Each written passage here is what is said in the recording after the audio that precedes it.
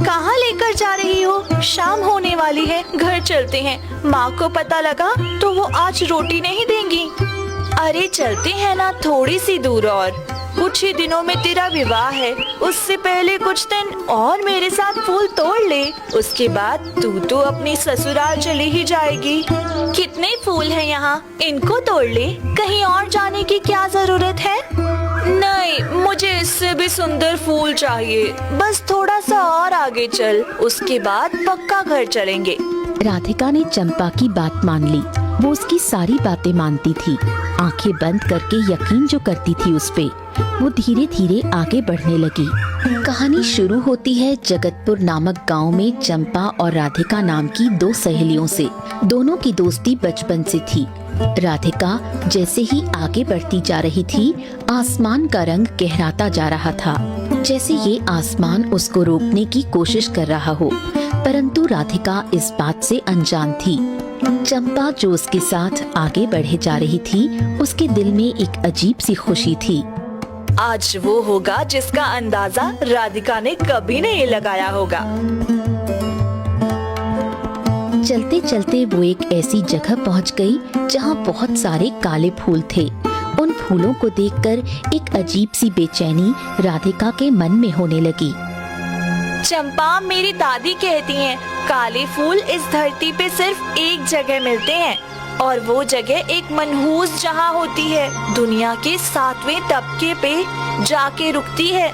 मुझे लगता है ये वही जगह है जहां से दुनिया का 7वां तबका शुरू होता है। मेरी तो समझ नहीं आया, आखिर हम यहाँ कैसे पहुँच गए?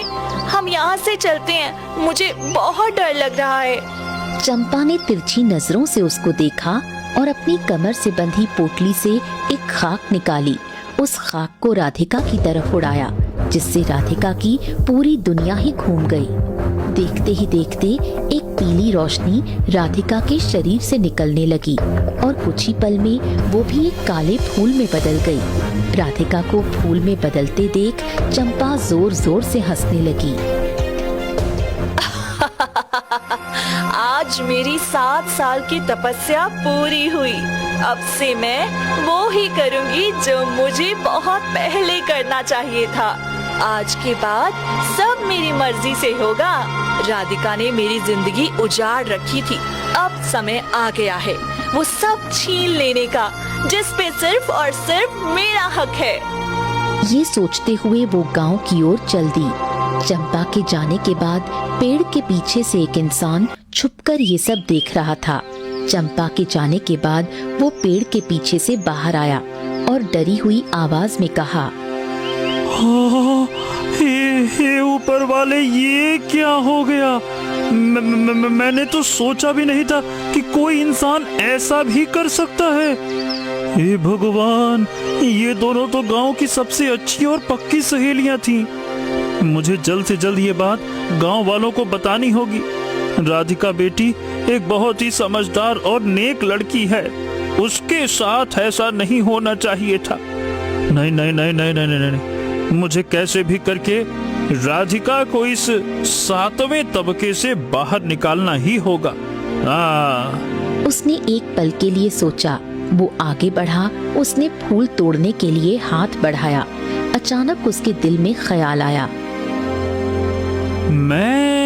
मैं यहाँ इसलिए पहुँचा क्योंकि मेरे गुरुजी ने मुझे यहाँ का मार्ग दिखाया। फिर ये चंपा यहाँ कैसे आ गई? हो ना हो ये चंपा कोई मामूली चीज नहीं बल्कि बहुत शक्तिशाली है।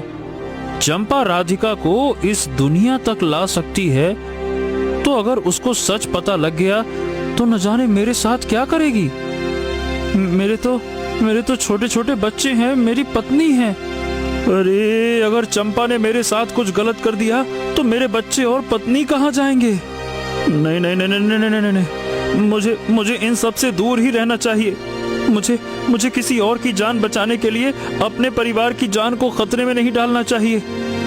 यही मेरा धर्म है और यही मेरा कर्म। दुनिया में अच्छाई पे चलने के लिए परिवार को छोड़ना पड़ता है और मैं अपने परिवार को नहीं छोड़ सकता। मुझे यहाँ से निकलना चाहिए। आखिर मैं इतनी विचित्र जगह आया ही क्यों, वो भी गुरुजी के कहने से। मैं जाता हूँ। वहीं दूसरी तरफ चंपा गांव पहुंची और राधिका के घर जाकर बोली, शोभा चाची, राधिका घर है क्या? वो मेरी माँ ने राधिका के लिए हर बार की तरह हलवा बनाया है और माँ बोल रही है पहले वो हलवा राधिका को देंगी, उसके बाद ही मुझे देंगी। अब राधिका को बोलो ना जल्दी से हलवा ले ले ताकि उसके बाद मुझे भी मिल जाए। मुझे तो ये समझ नहीं आता मेरी माँ की सगी बेटी मैं हूँ या राधिका। उसकी आवाज सुनकर राधिका की माँ बाहर आई और चारों तरफ देखने लगी। शोभा के पीछे पीछे राधिका की दादी कमला भी बाहर आ गई। अरे बिटिया, राधिका तो तेरे साथ ही गई थी ना, अब उसको काहे घर ढूंढने आ गई? हम तो कब से उसके लौटने की प्रतीक्षा कर रहे हैं। 2 बार तो मैं तुम्हारे घर देखकर आ गई। तुम्हारी माँ ने भी यही बताया। दोनों सहेलियां साथ में हर दिन की तरह फूल तोड़ने गई हैं। माँ जी, राधिका चंपा के साथ नहीं है तो फिर कहाँ गई? और आप तो बता रही थी चंपा और राधिका साथ में फूल तोड़ने गई थी। ये चंपा की माँ ने आपसे बोला और चंपा राधिका को क्यों ढूंढने आई है यहाँ? मेरी माँ भी ना 1 नंबर की गवार है। उसको किसने बोला था इन लोगों के सामने सच बोलने को? कुछ और भी तो बोल सकती थी ना, पर नहीं, सावित्री नाम के साथ सावित्री बनने की भी कोशिश करती है।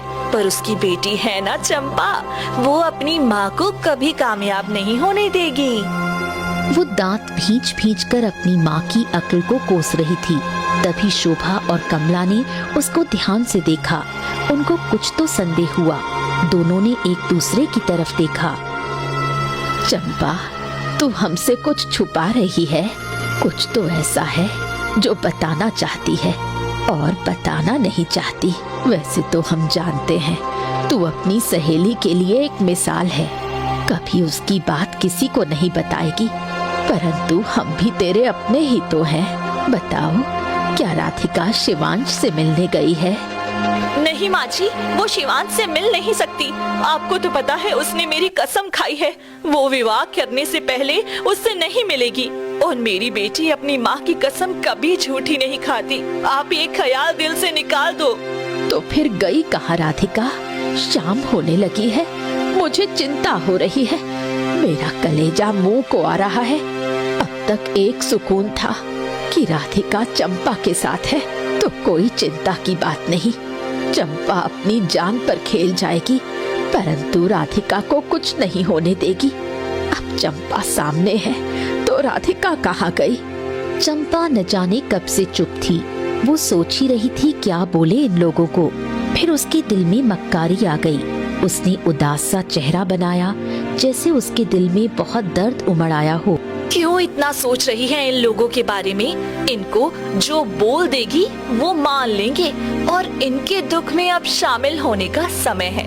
उसने लंबी सांस खींची और बोली, दादी, शोभा चाची, क्या बताऊं, राधिका आज फूल तोड़ने गई जरूर थी मेरे साथ, परंतु बीच में ना मेरे पेट में दर्द हो गया। मैं घर आ गई। वो मुझे बोल रही थी जल्दी लौट आएगी, परंतु आई नहीं अभी तक।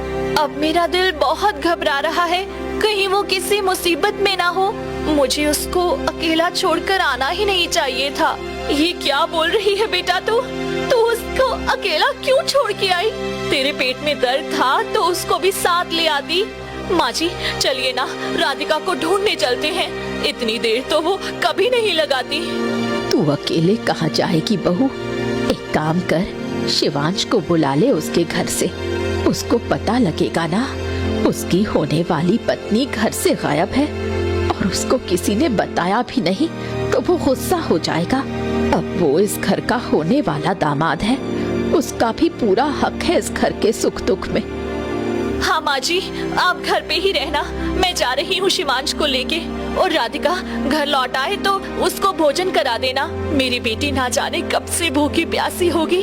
दिन भर चुन चुन कर फूल तोड़ कर लाती है ताकि घर चल सके।